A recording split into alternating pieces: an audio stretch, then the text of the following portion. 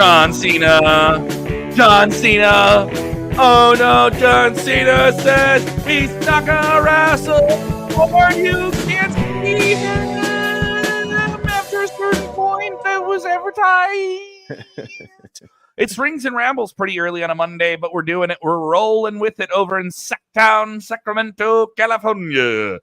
Nick Harkson with you. I'm Kev Kellum here in the greatest wrestling city in the world. I'll still say it, Chicago, Illinois. We are fresh off a busy weekend for WWE in Toronto, Ontario, Canada.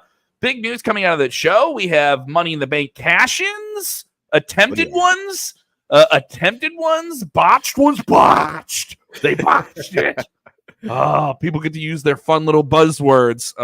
My mic popped out there. You can still hear me there, Nick? Am I good? Am I still on the right mic? I think you're on a different mic now. I switched over. Okay, so I just moved. I adjusted the microphone, and my whole thing went out there. You can hear me on this one? I can hear you on that one. You're good now. You're good. Okay, now. good. That's important. That's key. All right, and if the audience can hear me well, if I adjust this microphone, people lose their mind here.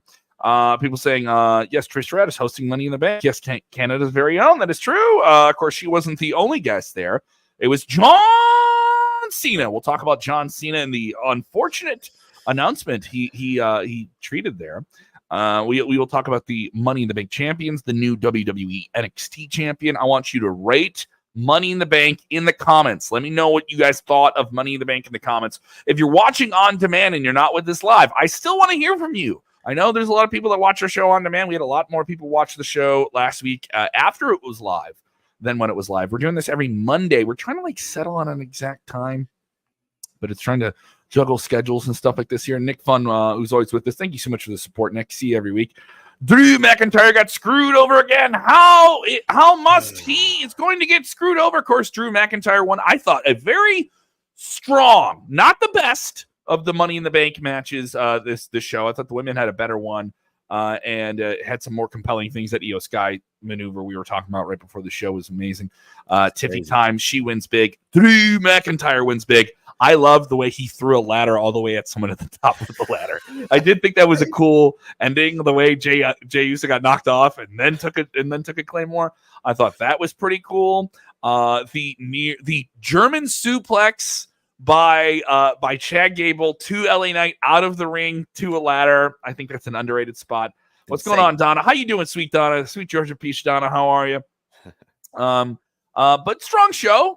I don't think it was the best Money in the Bank show, but a really, really strong show. WWE's on a roll. I do not think they've had a flat down, thumbs down pay-per-view now in well over a year. I think every one of these shows, when you enter them as a premium live event, maybe there's just a lower level there, and they've kind of settled on that. I do watch it on Peacock. I'm thinking about getting Peacock Premium because the ads that break up the show sometimes are annoying. And then other people get angry when they just have integrated ads into a show. Like they did something for The Boys on Amazon Prime, and they had one of the characters appear on the show. I didn't mind that.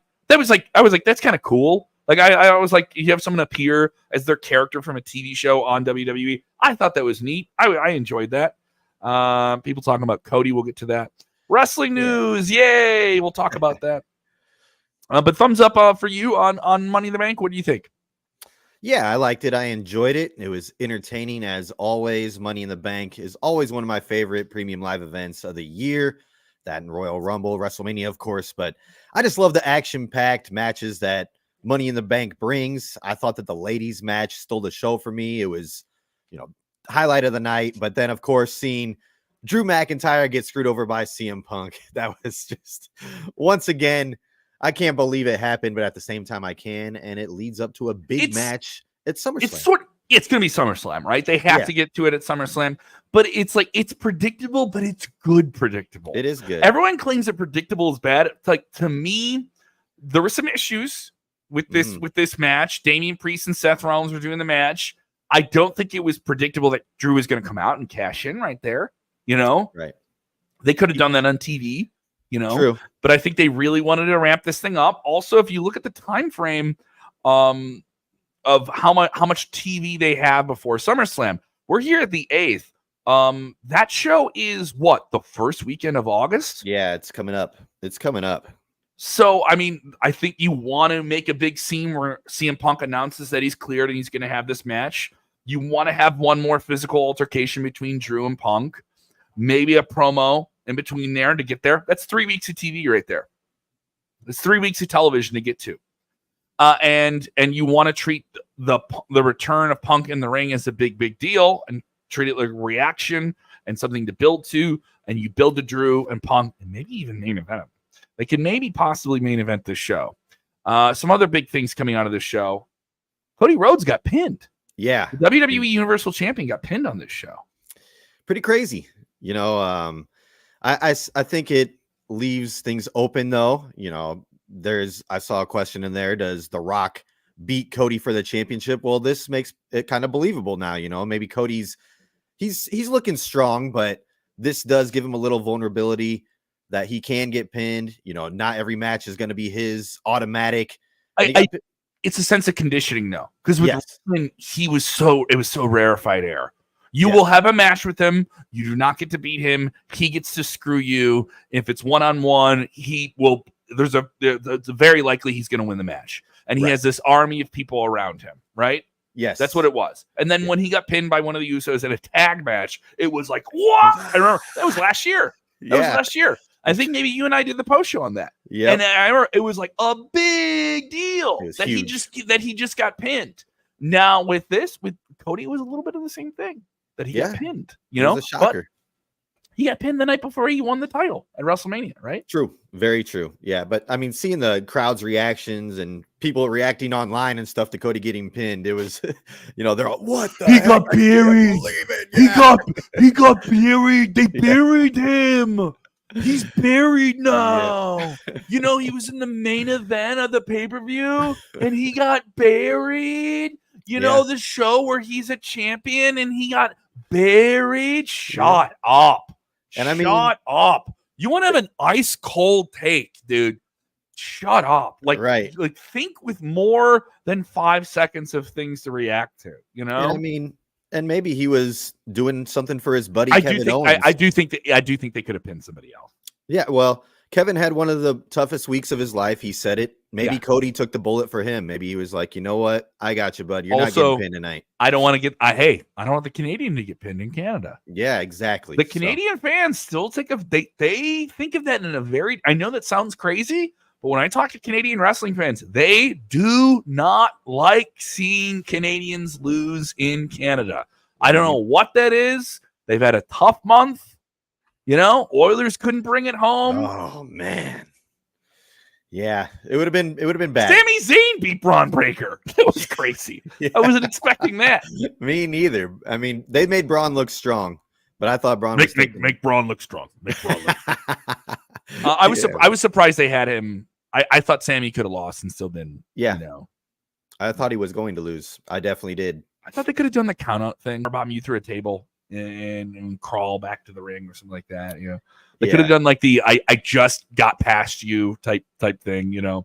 And having him pin him though was surprising. Yeah. You know, I will say that. Donna gives the show an 8.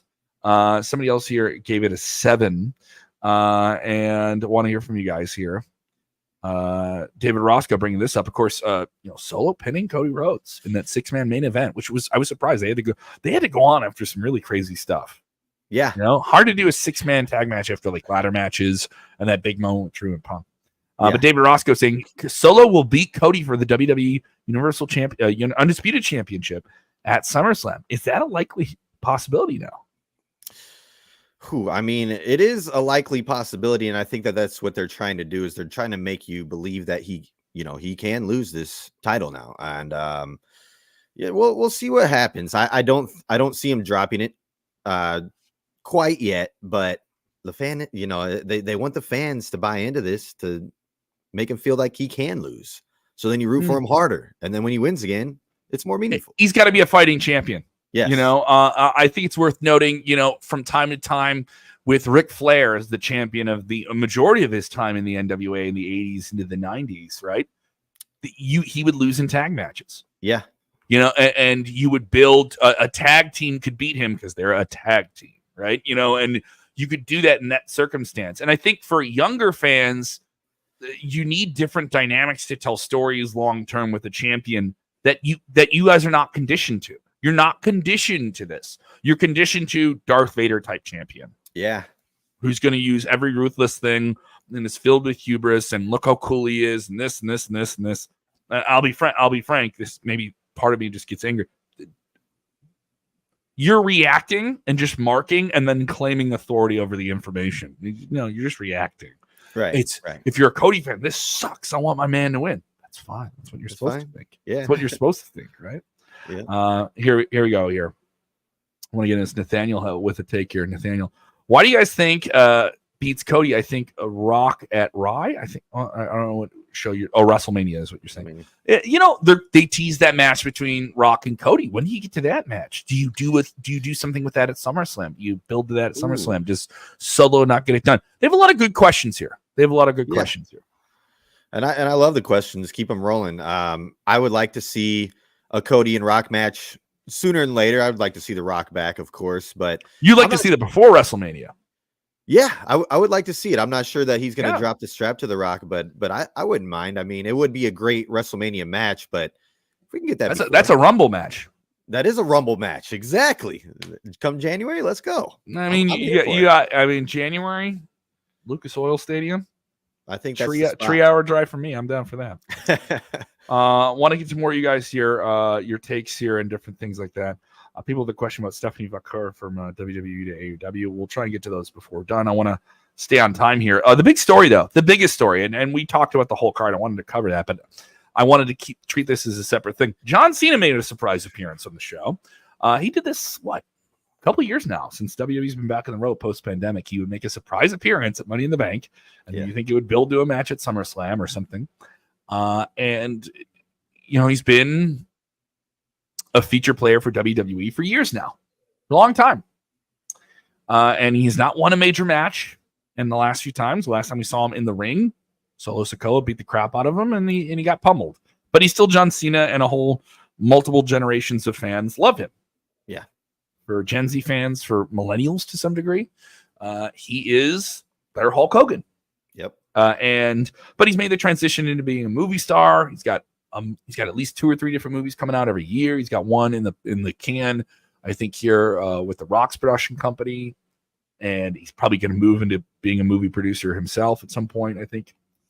So comes out there, introduced by Trish Stratus, so they treat it like a big deal.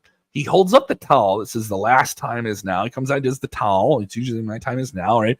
And it says last time is now. The crowd doesn't react because I don't think they see that. Yeah. And then he comes out and talks about his future and references not winning big matches recently. That when you see me, I'll come out and I'll get a big match because I'm John Cena. And he's acknowledging what it is, for lack of a better phrase. That hey, I know I'm a big star. When I come out, I can get a big match because I'm John Cena. Yeah. But you're not getting those performances from me anymore. And it's very, very hard for me to be the John Cena you want me to be when I'm in WWE, that I so desperately want to be for you, because of everything else I have going on in my life. And he alludes to the one thing you can't beat in the ring is Father Time. And I'm just I don't have my edge anymore. And I'm going to retire in 2025. Yeah. This is one of those things where I really wish I was watching it live. I really wish I was watching it. I've watched it after the fact and you got to see people's reactions, but I really wish I got to experience this live. This is one of those things where I was like, I really, really wish I got to see that live, because the reactions to this are very gravitating for a lot of people. Yeah. Yeah. I mean, you're not wrong at all. And I saw it live, and to see the way that he was reacting in the ring, it kind of looked like he was kind of fighting back some tears. And why not? This is something that he's done for so long and he's loved. And, it hit the heartstrings a little bit. It pulled on him a little bit, being a Cena fan and all that, and watching him almost my entire life. And it was very emotional, but I think that they're doing it the right way. This is kind of like, a retirement run. He gets to do his little tour, gets to say if it's a farewell tour. Make it special. Yes. Make it special. Make it unique. Now, do you break it in a few years and he has another match? Do you how do you set this up? How do you make it clear that this is the end? And do you do it at WrestleMania? So one would have to think. I mean, he flat out say WrestleMania? Am I correct? Well, he said it will be his last WrestleMania match, but I think he did say something in the presser that he's going to go all the way to December. He's going to be there, but he's going to. So he'll be on in the presser. There was some discrepancies in reporting that I heard there, where people thought, it's your last WrestleMania, so it's your last matches at WrestleMania. But yeah, I'm not. It wasn't too clear to me, honestly, but I think that he is going to, because maybe it isn't clear to them. You know, like they just know, all right, this is the time frame that we're going to try and wrap. We're going to try and end your career in a big way. Maybe we do a match after WrestleMania, you know, and make that next show all about just your send off. Right. Because 2 nights of WrestleMania, you can't just make about one guy. You know, sometimes we saw that with Cody. The whole thing was about the entire story of the weekend. You know, right. I think it would be kind of hard to do that. I agree. So other people here. I mean, I wouldn't be mad if Cena won the Royal Rumble. That'd be cool. That would be that would be cool. I wouldn't be mad about that either. I wouldn't be mad about that either. That'd be a hell of an ending. Other people with I hope Cena is able to win 17. That's right. He is at the window of being the guy who could have the most world titles in pro wrestling history, major televised pro wrestling history. Of course, Nature Boy, Ric Flair has 16. His daughter is right there. Yeah. Charlotte. I do think Charlotte gets to win it before John. Yeah, no, she's such a dominant force in that women's division. As soon as she comes back, she's going to be a top tier player, and it's she's at 16, right? She's at 16. I know Orton's at like 14 or 15. Like Orton's like world up there titles too. Yeah. So I mean, but yeah, and some people just said, probably the saddest moment in professional wrestling is when it comes to John Cena retiring. Right? So for some fans, it's a big deal.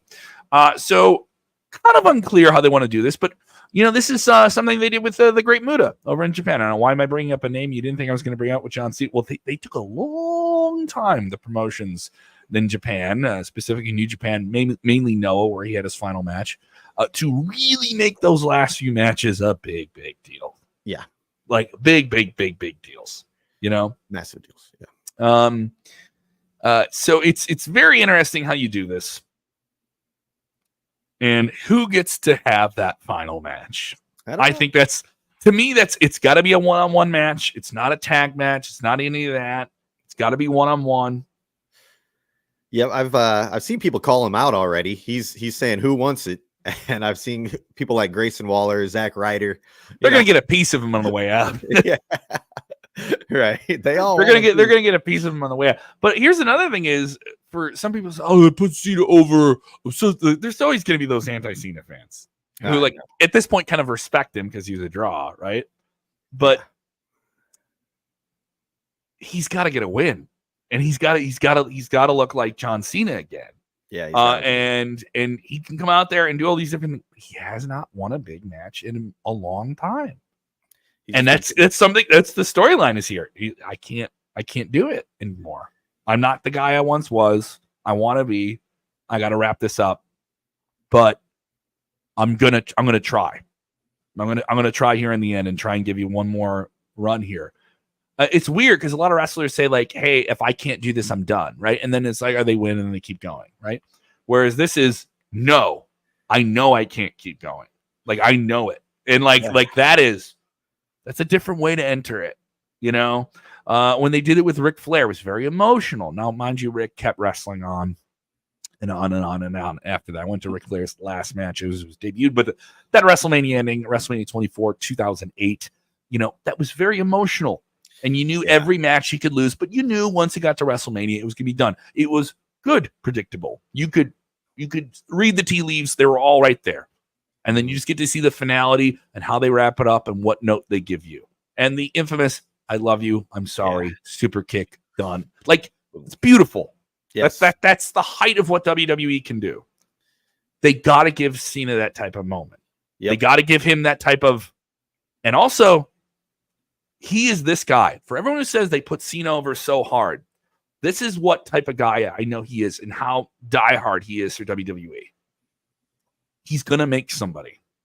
The match will be about him having his final match, but he is not going to win it. No. And he's going to make somebody look good. Yeah. And he's going to do whatever he can to give everybody this balance, which is so hard of I make a guy and I'm going to have my swan song.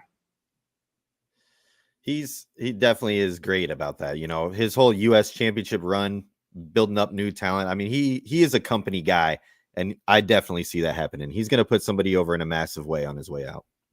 Sean saying, didn't Cena say he didn't want to break Ric Flair's record? Well, who knows? You know, yeah. John Stewart doesn't want him to break Ric Flair's record. That was Zach saying John Cena lost a lot of muscle. Looks sick. No, he doesn't look sick. You're so used to seeing him look like an action figure. That's the difference in perception. Amy saying they basically already told us that WrestleMania 41's match will be Cena versus Gunther for the World Heavyweight title. I don't know what that means for the World Heavyweight title. That's also why they had to burn the briefcase, because Gunther has the unbeatable villain at that point. I don't know if that's like so obvious that it would be Gunther. You know, I'm not sure. It'd be a good match, but I don't know. Mm-hmm. There's so much with that, but Grayson Waller is a guy who got in the ring with John Cena, I think last summer, and they just did like an angle, and he just took an attitude adjustment, and Waller was talking crap, and Cena's physical limitations when he does movies are very, very clear. He's saying he's going to be there until December, so they're going to have him on television until December. We'll see.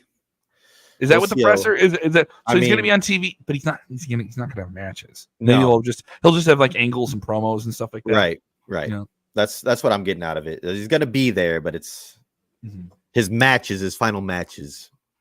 We'll see where they make that. The thing is, you got to have a couple. You got to have at least one or two matches before that. Yeah, you can't just do.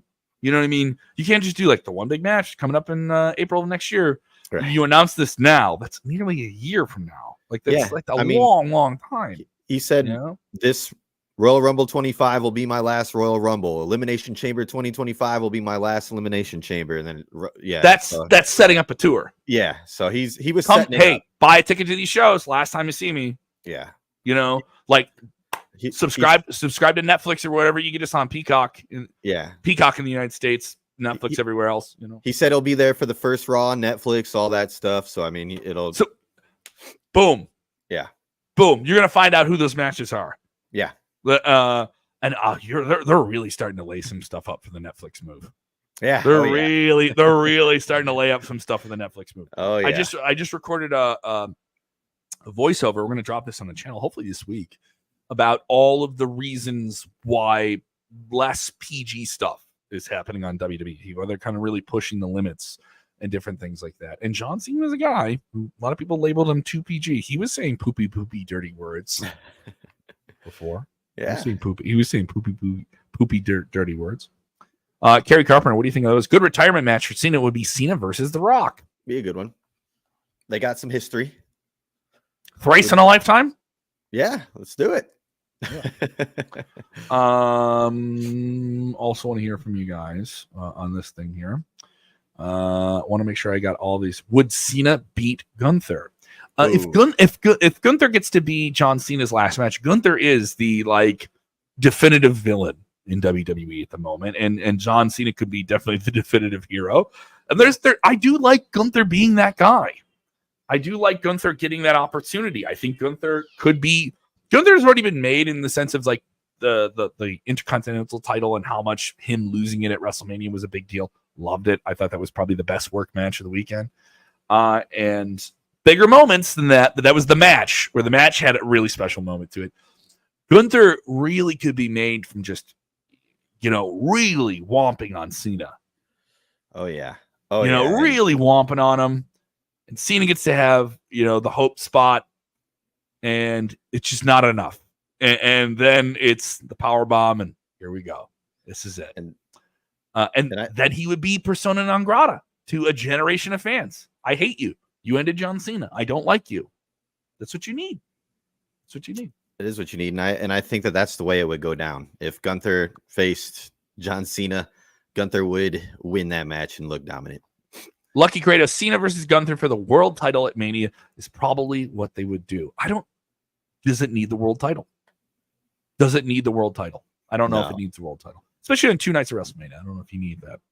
If it was one night of WrestleMania, and understand what you're saying. Right. I agree. But Gunther being the leading candidate. Good. And also, Gunther doesn't wrestle that much. They don't have him on TV a whole lot. They treat him like a rare attraction. But also, he has the world title opportunity coming up here at WrestleMania. So maybe he'll have the title by then. Could be. And then Zach saying, we need a rematch between Cena versus Punk. That would be good, too. I think that they can make that one Get some mid-40s boys in there. Yeah. Get some mid-40s boys in there. Alexa, play Faith No More, Midlife Crisis. Let's go. Yeah, no, I think that could work. I think that they both, are at that age where they wrestle a little bit different, and it would be a good match. It would be good for the veterans. Yes. Crafty veterans. They're grizzled vets. Yes. They're grizzled vets now. Yep. But I mean, certainly it's going to be interesting. I think this is going to be a big thing. WWE has these long-term storyline things laid up here. We're going to get something with Roman Reigns in the next couple of months. The way the new bloodline is truly defined, something with The Rock is going to be laying there. Cody will oppose that. You will get Cody and Rock in some form. I think you'll get Cody versus Roman in some type of rematch. Oh, yeah. So some very, very interesting stuff there. Very SmackDown heavy, by the way. Also, that is a SmackDown attraction there. So SmackDown thing. So what is Raw going to get? I think Cena and his story for him is going to be what they do on Netflix. I think they're going to lean more on the Netflix side of things. Obviously, Cena is not defined by a brand, so I think you'll see him pop up on SmackDown in general. Do not want to leave NXT out of the conversation. No. Heatwave was an eventful show. I don't want to break down the whole card. We don't have enough time here.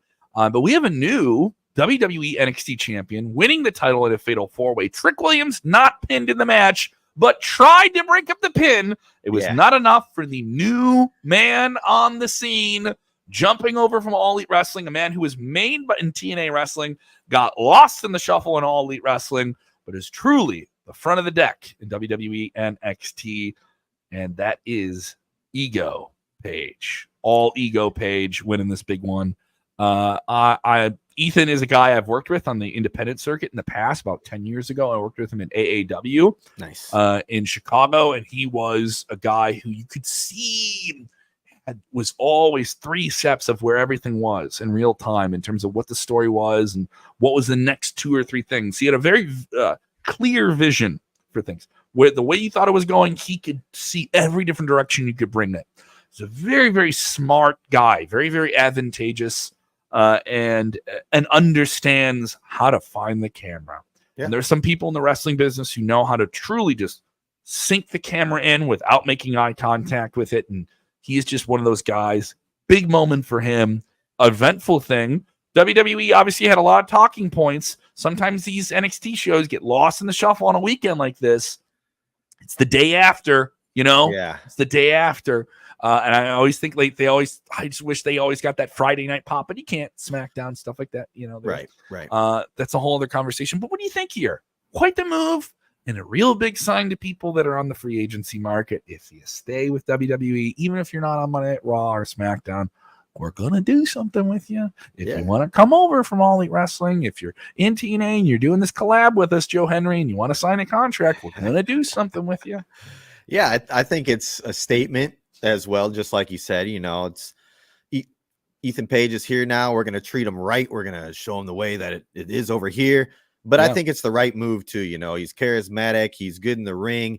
And what does this mean for Trick Williams? Because he did great in NXT. I think maybe Trick, we might see him on the main roster. And also, he didn't get jobbed out in the match. No, he wasn't like taking all the finishers and then at the end he loses and stuff like that. Like there was a little bit more of a dynamic to what was going on at this. Fatal 4-Ways are really hard to work. Yeah, too. Definitely. Me talking to wrestlers like that is unless it's like a scramble, like a big cruiserweight one with a spot fest. But when you have like heavyweights and a title, and it's just 4 guys.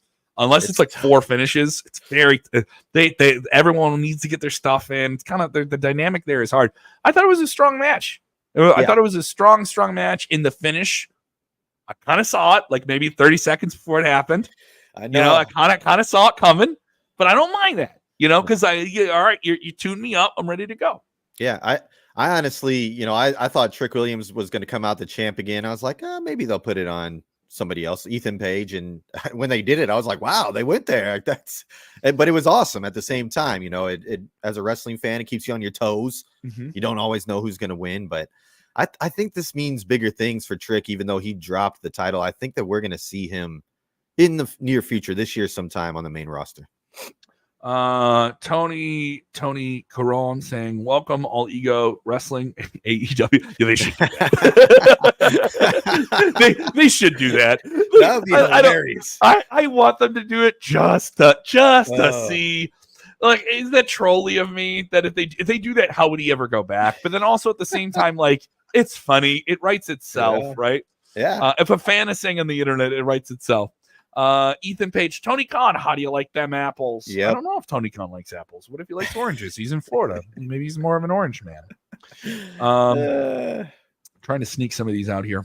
On the topic of NXT, Nick Fun saying, what about Joe Henry? Joe Henry. There we go. We gotta get a clap down. Here we go. Oh, I thought we had. Do you believe in Joe Hendry? I do. There's this Papa Roach song. I'm on Q101, the alternative rock radio station. There's this Papa Roach song called "Leave a Light On," and there's a line in it. And every time I hear the line, I was like, "You believe in Joe?" And it's not in the song at all. I just kind of sneak it in there. All right, so we got people doing the claps for us. Yes. We have people doing claps in the chat. Thank you guys so much. Want to get this one in here, Zach. Bringing this up, someone who feels a little bit lost in the shuffle. Do you think Seth Rollins comes back early? Because I know it's way too early for Roman. Roman, I think you'll see before the end of the calendar year, and he'll be doing something big to build to WrestleMania and the split with the group. It'll be interesting. Rollins maybe has to do something away from the title. I would say that Rollins has to do something away from the title. But I see him chasing the title into SummerSlam. Oh, yeah. I mean, he's going to be chasing it, but he got screwed over here as well, not just Drew McIntyre. Yeah. Because he cannot challenge for the title now. Well, I mean, he can, but... Damian Priest is a champion. He can't challenge for the title. Yeah. So it's big for Seth Rollins as well. I don't know if he came back early, though. I think that was Zach's question. I think it's been a rough go of it for Damian Priest as the champion, by the way. Oh, yeah, it's been rough. Because he had that weird finish where it was like a pinfall, but not a pinfall in the botch thing, right? Yep. The previous show, was this in what Clash of the Castle? Scotland. He got hurt in that, right? Yeah. There was some type of injury in that. It looked like maybe he got hurt in this match because it wasn't clear. He's had a rough go of it, and he has to be a mechanical champion where he's like keeping the story going with Judgment Day and all these different things. He's in like 8 or 9 segments a show, and a match. They're doing a lot with him. Yeah, they are. A lot of people say he's kind of a brushed over character, but he does a lot. If you see a Monday at Raw, a 3-hour show, he's on the show for like 20 or 30 minutes. Yeah, and Triple H gave him his props in the presser. He said Damian Priest, besides, he goes, you guys want to put that point out in the match. You want to make that the focal point. He goes, but besides that, he had a great match and he's had a great run as a champion. He goes, he's starting to look like a strong top tier player in the WWE. And he was giving Damian Priest his flowers. He definitely respects what he's done for the WWE brand as the world champion. So, nothing's going past Triple H. He recognizes what he's doing, but yeah, with the fans, it is easy to be critical of him for what's happened in the last few. Triple H's words are weighted so heavily in those post-show press conferences. The way people like dig through them is like they try to look at every little thing he says to like try to pull something from it. They mean a lot. On the main subject here of John Cena and his retirement tour that we're going to get here. And who gets to have that final match with him that people believe, hypothetically, will be at WrestleMania in Las Vegas. Imagine what the tickets are going to be like for that now. Richard Rinaldi saying Cena versus Orton. Now, Cena versus Orton was probably one of the bigger feuds of their career. Some of the matches, I think, were really good. Some of the matches at one point were just felt played out, like they were just in the ring with each other too much on pay-per-views. I know that was a big probably about over 10 years ago. I remember there was a pay-per-view where they unified the titles and it was Cena versus Orton. And everyone was like, Cena versus Orton. This is match 76 of their best of 100 match series, right? At the time, I could see being jaded about that, right? Yes. But I do think they have to have a match with each other. Yeah. They absolutely have to have a match with each other. A Punk Cena match that was brought up earlier has to be a match that they can have with each other. And you also got to do this with guys that are in the ring that are active now. Rollins and Cena having some type of match with each other would be real. But there's some guys I don't think he needs to have. I thought the Roman versus Cena match was fine. It was like a passing of the torch thing, but that isn't somebody he needs to be in there with. At the same time, him whomping on a Grayson Waller would be a fun thing.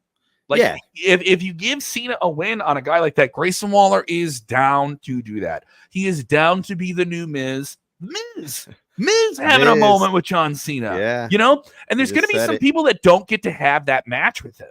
You know what I mean? They don't get to have that. Some people are saying Cena versus Rhodes. No, you don't need to do it. You don't need to do that match. Babyface versus babyface. John Cena has to beat up bad guys.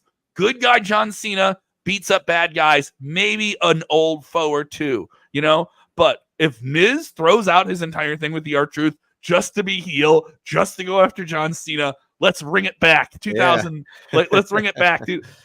Play the hits. That's on this, you got to play the hits, and it's him versus a mid-card fool. That's Grayson Waller. Him versus an old foe. Okay, Punk's a little bit more of a, he's never been like a clear-cut white hat baby face. You can do the thing where he's like, you ain't getting out of here without me getting a piece of you. You know what I mean? Like you can do that. So I there's a handful of matches you got to have. What's one I'm not saying here before we sign off? Oh man, you know, there's plenty that we could go down the road. You know, you could Cena versus the whole locker room. That's Royal Rumble. That's what you gotta do. That's Royal Rumble. Definitely. If he's in the Royal Rumble, there is a chance he's winning it. Maybe they do that Gunther versus him world title match. They might do it. They might do it. Someone earlier was saying they are going to do him versus Gunther for the world title. No, I'm stupid. I'm taking back my take. I'm taking back my take from earlier. I mean, what about R-Truth? Because R-Truth, I mean, that would be R-Truth gets to have a fun moment with him. A fun moment. It wouldn't be a send away. And also, some of these are going to be tag matches. Yes. You know? Yes. Cena came out at the Monday night after Raw. He did the Raw after people lost their mind. You know? Yeah. Joshua Diaz. Agree with it. They got to do Punk. Yeah. I mean, we've named the top ones that are in my mind. Dude, this is me being selfish. If they do Punk versus Cena in Chicago, I know you're gonna love money that. Because the Money in the Bank 2011 match. That's like one of the best of that time when everyone was like really, really down on John Cena. Right around that time, the match that really turned the tide. And by they say they weren't really down on him. Mainstream audiences loved him. A majority of fans understood that he was the guy, but diehard dudes like me in 2011 were coming. That was the peak of let's go Cena. Cena sucks. But then it was CM Punk. Let's go Cena. You know what I mean? Like, and you had a guy that you felt was on par with him. Even the fans who didn't like CM Punk, they're like, "Oh, this is." I could see him beating Cena. You're like, you could buy it. It'd be really interesting here. Cena versus RVD. I don't know if that's going to happen, buddy. I'm sorry. I don't know if RVD is going to be. And shout out to RVD. Shout out to Dominic D'Angelo, RVD TV. Go check out their show. Great podcast, by the way. Yeah. Do something past and present and future with John Cena. Yes, you have to have a little bit of that. Yep. But love seeing it. Want to hear your take. John Cena is going to retire. Who do you think he needs to face on the way out? Let us know in the comments below if you're watching on demand. I'll be in the comments talking with you guys as well. On our YouTube page, dropped a bunch of cool videos, by the way. I know you worked on some. I worked on some. These are on the channel. Go check these out right now. We just dropped one that literally just dropped today about why the learning tree, this dropped just about an hour ago, the learning tree with Chris Jericho may not be his best gimmick. It may not be his best gimmick right now. Have you seen this gimmick? Have you seen this? You know what this? Yeah. Go check it out. You just did the downward spiral of Jeff Hardy and why Brock Lesnar may never return to the WWE. I just did this one. This is one I really liked. It was the history of screw jobs in pro wrestling. The history of screw jobs. Not just the Montreal screw job. We know about that one. But we're talking about other ones that you may not remember. All right, we're going to get out of here because we have lives to live and the other podcasts to record off camera. Where can they find you, buddy? You can find me on the socials on X and Instagram at Nick_Harksen. That's at NICK_HARKSEN. You can follow me on the machines at Kev Kellum on the Twitter machine. Is anybody on there? I'm not posting a lot, but I just SK Twitter is blowing up. But I find myself on. I'm like, I'm on the Instagram, pretty active with that though. At Kev Kellum 6. Very, very busy week for me in comedy. Roast Battle of Chicago. You can watch that on YouTube as well. Full roast battles up right now. I have one a few weeks ago with Pratik Savastava. We have 2 live shows coming up this Thursday. We will be at Zany's in Chicago this Thursday for live roast battle action, competing for our spot in the International Roast Battle League, which is pretty sweet.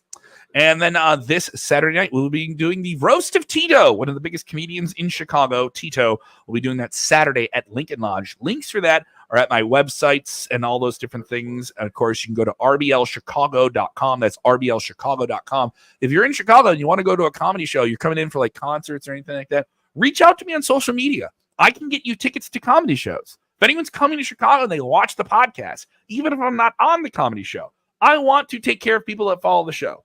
So definitely go and reach out to me on socials. If you guys DM me, I do respond to them. I'm not like, hey, F off. No, I'm not that guy. You know, so thank you guys. Thanks for supporting the show. Nick, I know there's so much going on in our minds. Yes. So much stress. A lot. You've been so sweet to me with the time change, by the way, too. Pacific Standard Time, India Standard Time. My head is spinning. We're all over the place. All right. I can't see myself. Got to ask you a question, though. Before you watch this wrestling? Yes. What's the most important thing when you watch this wrestling? You need to enjoy wrestling.